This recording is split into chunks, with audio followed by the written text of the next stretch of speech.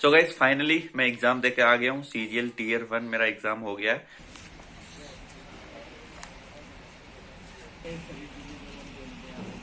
तो मेरा एग्जाम कल रात को यानी कि 3 दिसंबर की लास्ट शिफ्ट को था। तो रात को लेट हो गया था, तो रात को मैं वीडियो शूट नहीं कर पाया। तो सबसे पहले बात कर लेते हैं, कुछ डाउट है और रिव्यू भी बताऊंगा कैसे कुछ क्वेश्चन आए, और एग्जैक्ट ओरिजिनल रिव्यू बताऊंगा जो कि मैं खुद एग्जाम दे के आया हूँ। और जो यूट्यूब पे रिव्यू वगैरह बता रहे हैं, एनालाइज करा रहे हैं, उनमें और रियलिटी में कितना अंतर है, मैंने कितने अटेम्प्ट किए वो बताता हूँ। तो अगर बता देता हूँ कि इजी शिफ्ट आई है या मेरी हार्ड शिफ्ट आई। देखिए यार गाइस, इजी और हार्ड में इतना जो हम बता रहे थे ना रिव्यू, उसमें बहुत ज्यादा अंतर होता है। जो खुद एग्जाम देता है उसको पता होता है।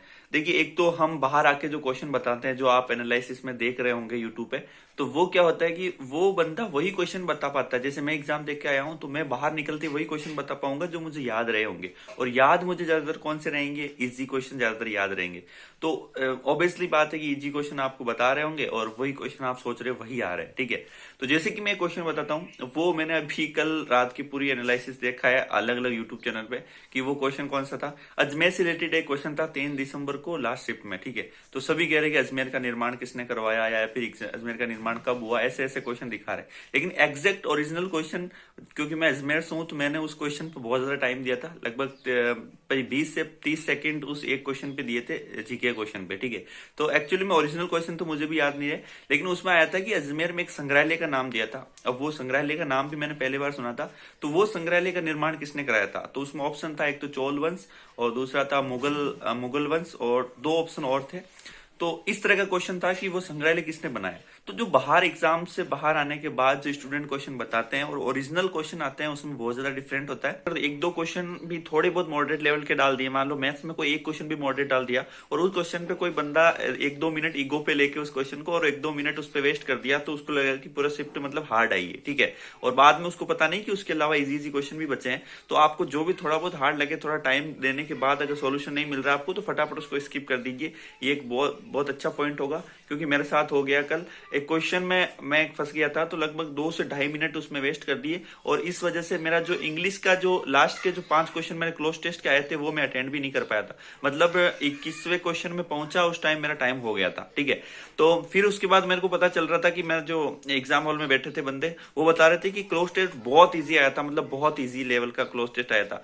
तो मतलब वो मेरे 5 क्वेश्चन मेरे छूट गए, तो बहुत ज्यादा दुख हो रहा है उस क्वेश्चन के लिए। सबसे ज्यादा इंपॉर्टेंट बात जो याद रखनी है वो रखनी है कि आपको पूरा पेपर देखना है, 100 क्वेश्चन तक आपको जाना है। बस ये आपका टारगेट होना चाहिए।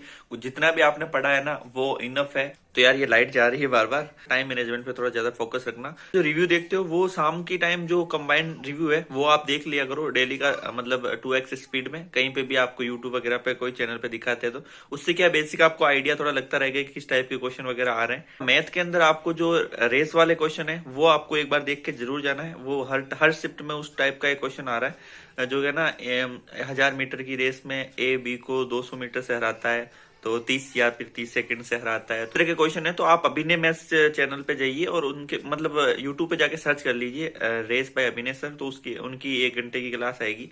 तो मतलब 2 नंबर आप पक्के कर सकते हो। और डीआई के क्वेश्चन थे थोड़ा इंपॉर्टेंट, मतलब डाटा थोड़ा हार्ड डाटा था, तो उनको पूरा जोड़ के, जैसे ए सीरीज के कोई डाटा दे रखा है, बी सीरीज के डाटा दे रखा है, मतलब 6-7 डाटा दे रखा है ए सीरीज के, और बी के भी इतने, तो उन दोनों का मतलब रेशियो निकालना है, किस रेशियो में है दोनों को जोड़ के। ठीक है, तो मतलब क्वेश्चन तो कंसेप्ट तो इजी है कि दोनों को जोड़ के बस काट काट पीटा करना है, लेकिन उनको जोड़ने में थोड़ा टाइम लग जाता है। तो इतना अगर आपको हार्ड लग रहा है टाइम टेकिंग क्वेश्चन, तो उसको आप स्किप कर सकते हैं। भले ही वो इजी क्वेश्चन है, लेकिन आपको स्किप करना है उसको, क्योंकि बाकी आपके क्वेश्चन वेट कर रहे हैं। ठीक है, कि अब मेरी बात कर लेता हूँ, मैंने कितने अटेम्प्ट किए भाई, हॉनेस्ट चीज बता रहा हूँ, कोई फेंकूंगा नहीं यहाँ पे। ठीक है, जो होगा वो देखा जाएगा। तो मैंने 75 अटेंड किए हैं। ठीक है, कम है, मुझे पता है कम अटेंड है, लेकिन मैं थोड़ा एक्यूरेसी को थोड़ा मेंटेन रखा था। और मैंने कुछ जैसा कि टाइम का थोड़ी दिक्कत हो गई थी, इश्यू हो गया था थोड़ी प्रैक्टिस लेग के कारण। तो वही है, देखते हैं क्या कुछ होता है। वैसे ही फटके जो सुट हो रही है यहाँ पे, तो कि टीयर 1 भी मतलब नहीं हुआ तो क्या करें, टिफिन उठा के बेलदारी पे चल पड़ेंगे। मजा कर रहा हूँ।